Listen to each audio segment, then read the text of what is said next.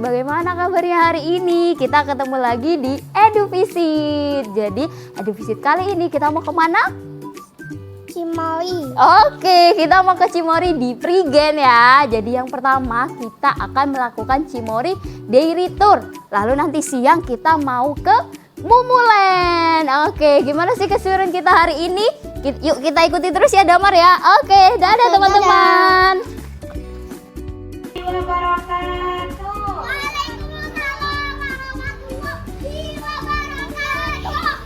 Baik, adik-adik, nih adik-adik SD sudah berbaris rapi nih untuk siap berangkat ke Cimory. Tadi sudah disebutkan di awal ya. Adik-adik berdoa dulu, kemudian dijelaskan nih kita mau kemana dan ngapain aja di sana. Berdoa agar selamat sampai di tujuan, karena kan kita akan keluar kota, begitu ke Pasuruan ya, ke Prigen lebih tepatnya. Itu lokasi dari Cimory. Sambil menikmati perjalanan ya, adik-adik sambil bercerita dengan teman-teman di sebelahnya, begitu. Sambil bermain, sambil menunggu sampai di tujuannya. Nah, tidak terasa kita sudah sampai ya di tujuannya, yaitu cuma satu di EduVisit kali ini, yaitu Cimory Dairyland Prigen. Nah,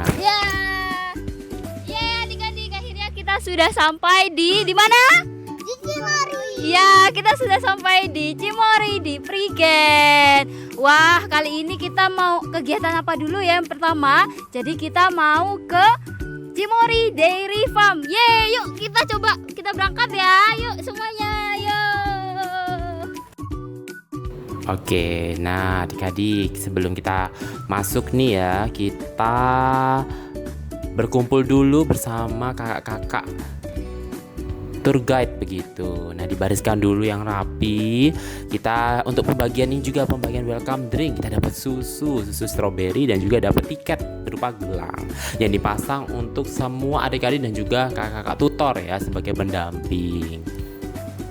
Setelah semuanya mendapatkan susu, welcome drink ya dan juga tiket, nantinya kita sudah siap nih masuk ke Cimory Dairyland Prigen. Wah, ada yang langsung minum, ada yang disimpan nanti ya. Mereka sangat antusias karena mungkin ini ada beberapa adik yang baru pertama datang atau berkunjung ke Cimory Dairyland Prigen.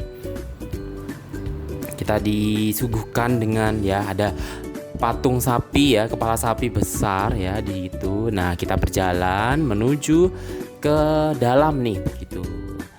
Kita menuju ke dalam untuk siap mengikuti rangkaian kegiatan seru hari ini.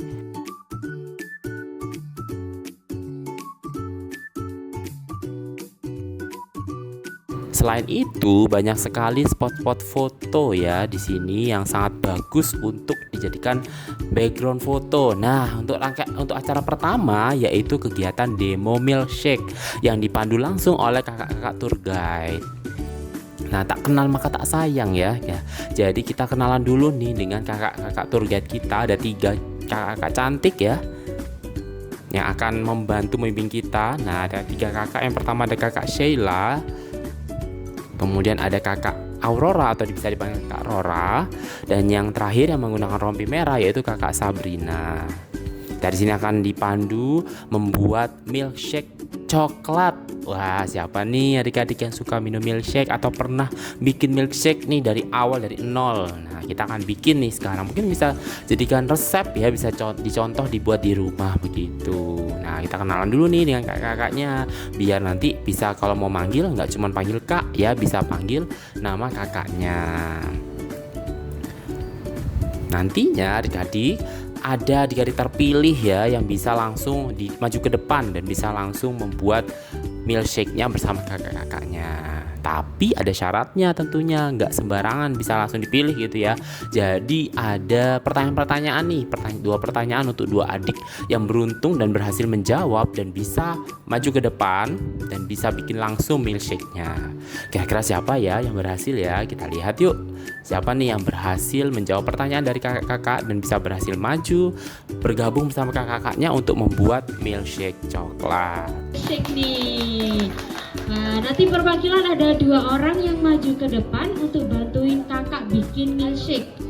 Nah, kakak kasih pertanyaan aja ya. Nanti yang bisa jawab bisa angkat tangan dulu. Nanti kakak yang tunjuk. Oke, bisa? Oke, pertanyaan yang pertama. Sebutkan 3 hewan yang bisa menghasilkan susu? Wah, ternyata ada adik Yusuf ya, dari kelas 1 yang berani menjawab pertanyaan tentang apa saja hewan yang bisa menghasilkan susu. Nah, dengan lantangnya dia menjawab ya, dan jawabannya benar. Hebat sekali ya, berani banget nih menjawab dan bisa berhasil akhirnya ya. Satu lagi nih, kira-kira siapa ya yang berhasil menjawab pertanyaan dari kakaknya?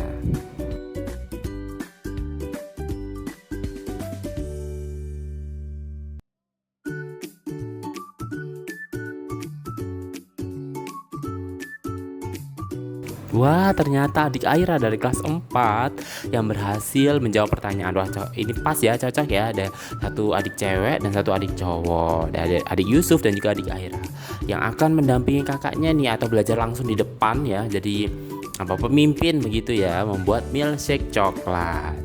Nah, bahan-bahannya di situ sudah ada susu ya, susu kemasan baru dari Cimory yang kemasannya 750 ml. Nah, dicampur dulu susunya, susu coklat ya, karena kita akan membuat milkshake coklat. Begitu, dituang semua ya. Kita akan menggunakan 2 blender. Kemudian kita akan menggunakan takaran, tapi bisa juga nih adik-adik yang tidak punya takaran seperti itu bisa menggunakan takaran sendok makan saja. Untuk menakar apa nih? Menakar gula. Jadi biar nggak kemanisan ya, karena kan susu udah manis. Nah, jadi bisa pakai gulanya nggak usah terlalu banyak, sesuai takaran aja. Bisa pakai 3 sendok makan saja ya kalau menggunakan sendok makan. Bisa dicampurkan langsung ke susunya tadi yang sudah dituang terlebih dahulu ya di awal. Ditakar gulanya agar tidak terlalu manis gitu.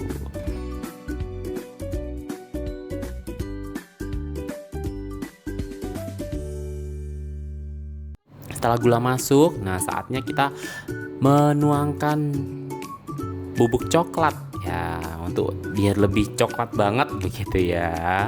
Nah, tambahkan bubuk coklat, gak usah banyak-banyak ya. Bubuk coklat tuh memang rasanya bedain pahit ya, pahit, jadi gak usah terlalu banyak, nanti jadinya pahit, cenderung pahit.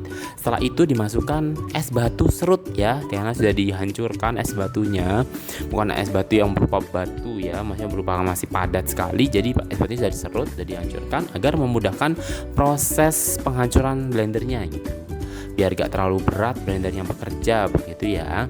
Dimasukkan secukupnya saja, tidak usah terlalu banyak, hanya untuk memberikan dingin ya, sensasi dingin untuk milkshake yang nanti nggak perlu ditaruh di kulkas atau freezer sebelumnya, jadi sudah langsung dingin. Nah, bahan yang terakhir yaitu diberi es krim coklat. Wah, ini sih yang paling menarik, yang paling diminati banyak anak ya, es krim.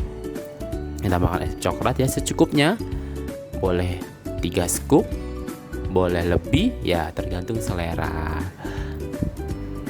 Es krim coklat ya, siapa sih yang gak suka makan es krim begitu ya. Anak-anak pasti banyak banget yang suka es krim.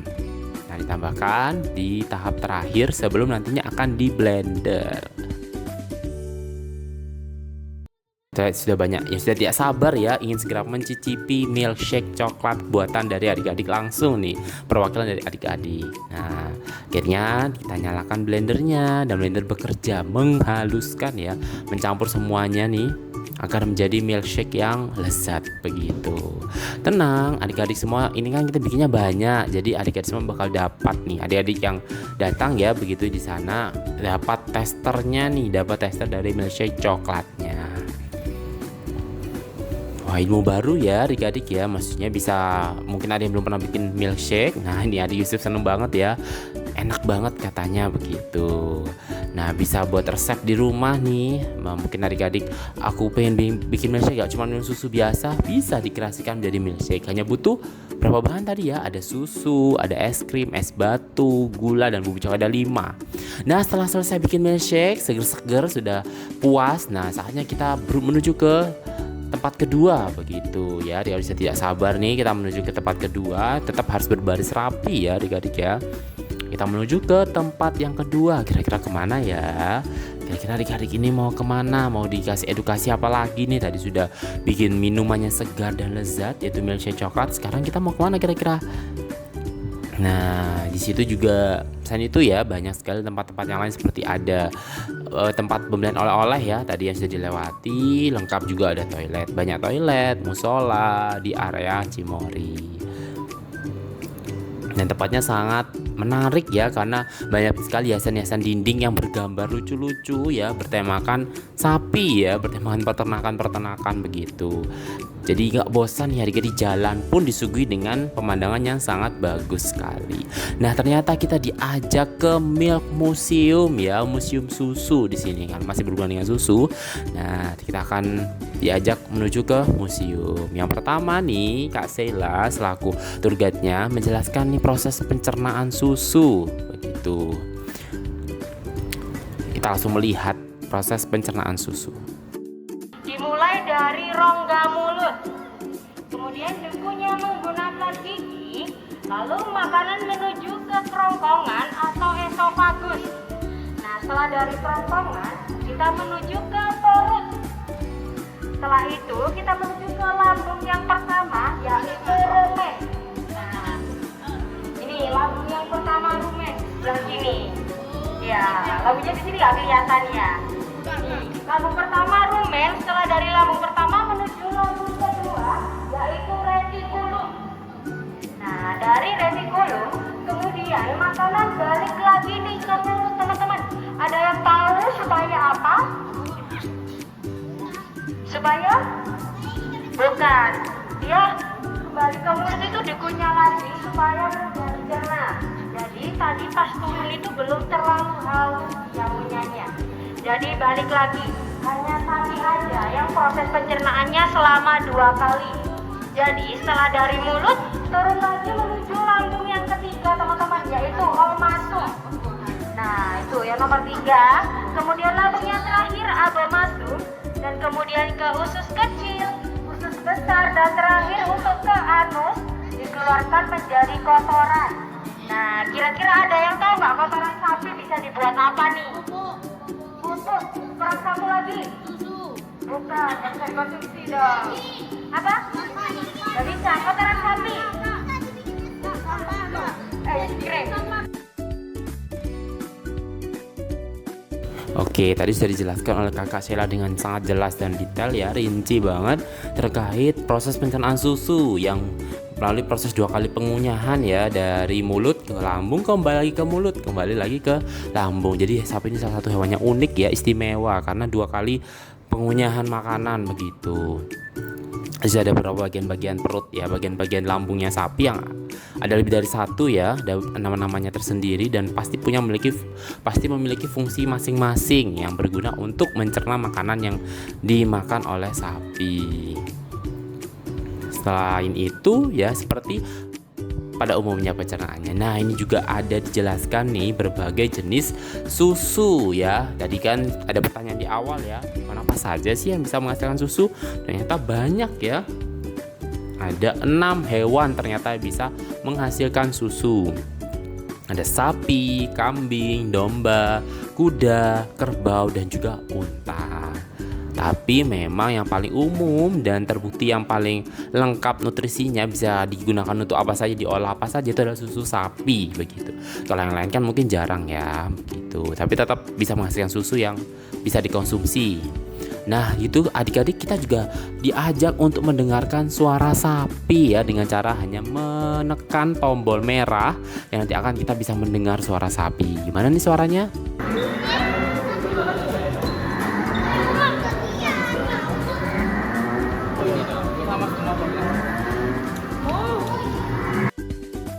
Ya itu tadi ya, kita bisa mendengar suara sapi secara langsung. Kemudian sini juga ada dijelaskan manfaat-manfaat susu ya, banyak sekali untuk kesehatan, gigi, kulit, pencernaan terutama tulang. Nah itu sangat bagus banget nih. Ada juga mitos susu, ada fakta dan juga mitosnya ya. Jadi jangan sembarangan percaya dengan pernyataan-pernyataan yang belum pasti begitu, karena kita cari dulu sumbernya, faktanya apakah benar seperti itu. Kemudian kita juga dijelaskan nih, ini masih penjelasan ya, belum langsung praktek ya, cara memerah susu. Bisa menggunakan 2 metode, 3 jari, jempol, telunjuk tengah, atau pakai 5 jari, jempol, telunjuk tengah, manis, dan juga kelingking. Seperti itu, boleh praktik tapi sebentar pakai patung. Nah ini juga kita jelaskan nih proses pengolahan susu akhirnya bisa dikonsumsi. yang kita konsumsi ya, yang kita bisa beli di supermarket ya susunya. Nah, melalui proses yang cukup kompleks begitu, mulai dari datangnya susu ya ke pabrik, susu segar banget nih, masih fresh. Kemudian ada proses pasteurisasi di mana itu pemanasan ya dengan suhu tertentu agar kuman-kuman dan bakteri itu mati semuanya begitu. Kemudian ada proses homogenisasi, pendinginan, kebalikannya ya ke pendinginan, di mana ini ada pencampuran lemak karena kan susu itu banyak mengandung lemak yang masih fresh. Nah, itu dicampur biar tidak menggumpal, dan juga biar memberikan sensasi gurih dan lezat susunya. Nah, makanya kemudian kita siap untuk dikemas susunya, penyimpanan, dan juga dikemas sampai akhirnya bisa didistribusikan ke toko-toko atau supermarket terdekat yang bisa kita datangi untuk membeli susu. Nah, selain itu juga ada jenis-jenis susu ke dalam kemasan ya. Mungkin kita minum susu langsung dari sapinya, jadi perlu diproses dan juga akhirnya dikemas. Ada susu pasteurisasi, susu steril, susu UHT, dan juga nanti ada susu bubuk gitu. Dan semuanya ini beda-beda ya. Maksudnya ada perbedaan-perbedaan ya, walaupun semuanya itu terbuat dari susu asli, cuman ada prosesnya yang membedakan. Seperti itu. Jadi mulai sekarang bisa diperhatikan ya ketika membeli susu. Wah, aku ini beli susu apa ya? Susu pasteurisasi, susu UHT, susu steril, atau susu bubuk. Kalau susu bubuk pasti paling kelihatan ya, karena bentuknya itu teksturnya berupa bubuk. Nah, dikali sudah puas ya, kita mendapatkan banyak ilmu baru yang bermanfaat di Milk Museum. Nah, saatnya kita mau kemana ya? Kita diajak lagi nih oleh tour guide-nya menuju ke tempat berikutnya. Wah, kemana ya kira-kira? Wah, kita ke ruang terbuka hijau ya. Ada banyak di sini patung-patung sapi yang mana beragam ya warnanya, menggunakan kostum. Nah, kita tadi foto bersama di sana. Nah, kita mau kemana lagi nih? Ke rute selanjutnya. Wah, kita masuk ke teater, masuk ke bioskop. Wah, nonton apa ya kira-kira ya? Nonton film sapi mungkin? Nah, kita akan menonton proses produksi susu. Nah, selamat menyaksikan adik-adik. Bermacam jenis susu sudah diminum di seluruh dunia selama berabad-abad. Setiap negara memiliki jenis susu yang berbeda. Ada susu sapi, susu domba, susu kambing, susu kuda, susu onta, dan masih banyak lagi. Mereka minum susu karena susu dipercaya memiliki nutrisi yang baik untuk kesehatan dan pertumbuhan. Saat ini, susu sapi adalah susu yang paling banyak dikonsumsi di dunia. Tahukah kamu, ada banyak jenis sapi di dunia. Ada sapi Bali, Jersey Jersey, Pitmaster, sapi Madura, sapi Persian Holstein, dan masih banyak lagi. Dari banyaknya sapi yang ada, kemudian dibagi lagi menjadi dua jenis, yaitu sapi perah dan sapi pedaging. Untuk sapi perah, sebagian besar adalah jenis Persian Holstein karena dinilai dari hasil susunya paling baik. Saat ini mulai menghasilkan susu saat berangkat, dan susu diberikan untuk si pedaging. Untuk menghasilkan susu yang berkualitas, sapi memerlukan makanan yang baik, rumput, dan konsentrat. Tahukah kamu, sapi memiliki 4 produk, yaitu rumen, lentikulum, komasur, dan abumasur. Rumen, sapi akan mengunyah makanan untuk kali yang pertama. Makanannya dalam bentuk bolus atau gumpalan-gumpalan dan masuk ke dalam rumen. Dalam rumen terdapat bakteri dan protista yang mencerna selulosa menjadi karbohidrat yang lebih pendek. Setelah dari lentikulum, makanan akan dikeluarkan ke mulut kembali untuk dikunyah lagi agar lebih mudah dicerna. Komasur, makanan kemudian ditelan kembali menuju omasum dan kandungan air dalam makanan akan diserap. Abumasum, makanan kemudian akan masuk ke lambung terakhir sapi, abumasum. Di dalamnya akan terjadi pencernaan secara enzimatis dengan enzim-enzim yang dihasilkan oleh sapi sendiri. Setiap harinya, sapi bisa menghasilkan 20 sampai 40 liter susu atau sama dengan 6.000 liter per tahun. 6.000 liter itu setara dengan berat 2 gajah asli Jawa. Apa manfaat minum susu setiap hari? Susu mengandung protein, protein, kalsium, dan vitamin yang penting untuk pertumbuhan. Protein bermanfaat untuk meningkatkan kekebalan tubuh, meningkatkan kesehatan jantung, untuk pembentukan janin, menghasilkan tenaga dan massa tubuh.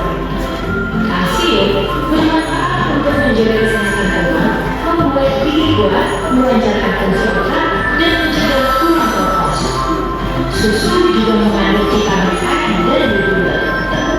Jangan salah sangka teman-teman, memakan susu sangat bermanfaat untuk pertumbuhan, menjadi cadangan energi, dan meningkatkan daya tahan. Dan yang pasti, susu rasanya sangat lezat.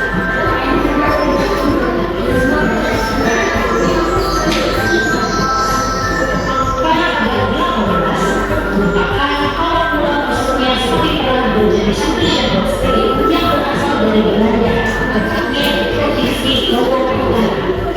Dengan bertujuan untuk meningkatkan kualitas sapi perah lokal kita, dan juga karena mengejarnya kebutuhan pembuatan saat itu adalah susu sapi segar. Kemudian sapi-sapi tersebut didistribusikan ke peternak lokal untuk dikembangkan. Sekitar tahun 1900-an, sapi perah Friesian Holstein murni sudah ada di Jawa Barat, tepatnya di Cisarua dan Lembang, dan kemudian menyebar ke seluruh daerah di Jawa Barat. Pada tahun 2004, harga susu sapi perah sangat rendah, menyebabkan menurunnya kesejahteraan para peternak sapi. Terinspirasi dari kondisi tersebut, Pak Bambang Sutandio mendirikan industri pengolahan untuk menanam susu segar yang dihasilkan para peternak dengan nama Cimori. Demi meningkatkan kesejahteraan hidup peternak, Cimori berani membayar susu segar dengan harga yang lebih tinggi sehingga membuat para peternak lokal sejahtera dan terus mengembangkan ternaknya menjadi lebih besar. Karena beliau percaya bahwa peternak yang sejahtera akan memberikan kualitas susu yang tinggi. Yang pasti, susu yang diambil adalah susu dari peternakan langsung dan tidak pabrik, sehingga kita selalu Cimori jauh lebih segar dan bergizi. Agar susu yang akan dikonsumsi, susu harus diproses terlebih dahulu. Ada dua proses utama susu, yaitu pasteurisasi dan homogenisasi. Pasteurisasi adalah proses pemanasan susu pada suhu 95 derajat Celcius dan 30 detik untuk membunuh bakteri buruk yang ada di dalam susu. Dan homogenisasi adalah proses penyatuan lemak dalam susu agar tidak terpisah dan rata supaya susu lebih terasa gurih dan terang.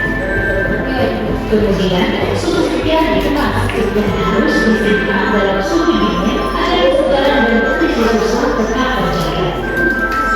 Di laboratorium ini adalah tempat di mana proses uji pencampuran berbagai macam rasa dan fermentasi dari kultur bakteri baik Streptococcus thermophilus dan Lactobacillus bulgaricus.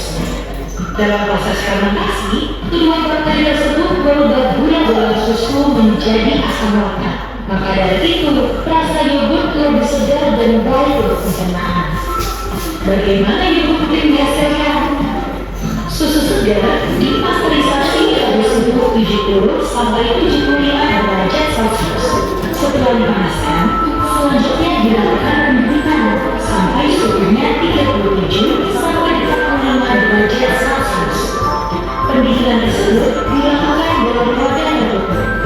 Setelah suhu mencapai 37 sampai 45 derajat Celcius, maka dilakukan inokulasi atau penambahan bakteri dalam susu tersebut sejumlah 50 sampai 60 ml per liter susu. Setelah ditambahkan bakteri baik, selanjutnya difermentasi pada suhu 42 derajat Celcius dalam keadaan tertutup rapat selama 6 jam. Tahap selanjutnya adalah filtrasi. Hal ini dilakukan untuk memisahkan bagian yang padat atau gel dengan bagian yang cair. Bagian yang padat inilah yang siap dikonsumsi. Bagian yang cair berisi bakteri Lactobacillus yang dapat digunakan untuk menginokulasi susu yang segar. Setelah itu, bagian yang padat diberi air untuk mengurangi tingkat kepadatan dan akan menjadi yogurt cream. Kemudian, yogurt cream yang sudah siap dikonsumsi dikemas secara higienis dan diperiksa setiap kualitas kemasannya dengan detail. Yogurt yang sudah dikemas kemudian disimpan di refrigerator. Yogurt yang disimpan dalam refrigerator akan stabil bertahan sampai 1 minggu di akhir bulan. Setelah itu, produk sudah siap untuk didistribusikan ke seluruh wilayah di Indonesia agar semua orang bisa menikmati Cimory bersama-sama. Yogurt ya Cimory.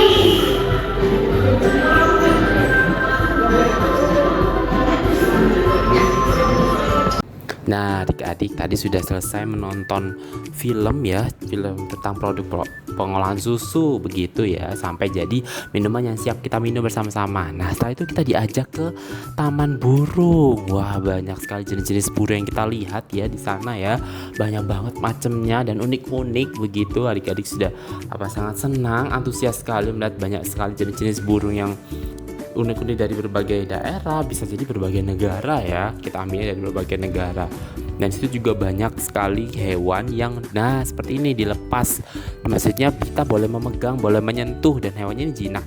Nah, ini proses yang paling ditunggu-tunggu ya, yaitu adalah memerah susu secara langsung. Adik-adik bergantian ya untuk memerah susu, merasakan sensasinya memerah susu langsung dari sapinya begitu ya. Susah gampang loh adik-adik ya. Ternyata tidak semudah itu ya untuk menghasilkan susu, apalagi ini sampai seember begitu ya, karena kan keluarnya dikit-dikit ya, nggak mungkin langsung 1 liter gitu sekali perah. Nah begitu. Selain itu kita juga diajak nih ke Sakura Park ya, kita ke taman ya ala-ala Jepang. Ada berbagai tiang-tiang Jepang ya, bertuliskan tulisan Jepang, dan pohon-pohon sakura, dan juga ada kolam buatan ya, dimana ada bebeknya di sana begitu. Nah, ini sangat cantik ya, sangat cantik pemandangannya, sangat cantik panoramanya. Jadi bisa kita punya foto-foto di sana dan sangat menyegarkan begitu ya, bisa menghilangkan stres dikit-dikit. Nah, sangat cantik ya taman-taman sakura ini. Wah, puas sekali nih adik-adik. Ada yang langsung santai-santai duduk ya, berinteraksi ya dengan bebek-bebek yang ada di sana. Gitu. Ada juga perahu-perahu yang mungkin bisa disewa ya, adik-adik. Juga di sana banyak ada counter-counter makanan, minuman. Nah, yang bisa dinikmati ya, adik-adik, banyak yang sambil bersantai. Kita di sana bersantai sambil menunggu jam makan siang. Kita bersantai melihat pemandangan, melihat taman-taman yang indah. Nah, saatnya kita bermain bersama di Momo Playland. Ini yang sangat menyenangkan ya. Siapa sih adik-adik yang gak suka bermain gitu ya. Sangat banyak sekali permainan-permainan ya, baik permainan lucu yang seru juga. Nah, ada perosotan, ada ruangan-ruangan seperti dokter, ada pasar, ada supermarket ya. Kita jadi bisa beralih profesi, bisa berubah berprofesi. Nah, itu dia. Wah, gimana adik-adik kegiatan edufisik kita hari ini di Cimory Free Game? Seru sekali bukan? Wah, tadi dari pertama kita sudah kita tur Cimory Dairy Farm-nya ya. Lalu terakhir di siang hari kita bermain di Momo Playland. Asik banget ya edufisik kita kali ini. Oke, kalau begitu adik-adik kita ketemu di edufisik selanjutnya. Dah.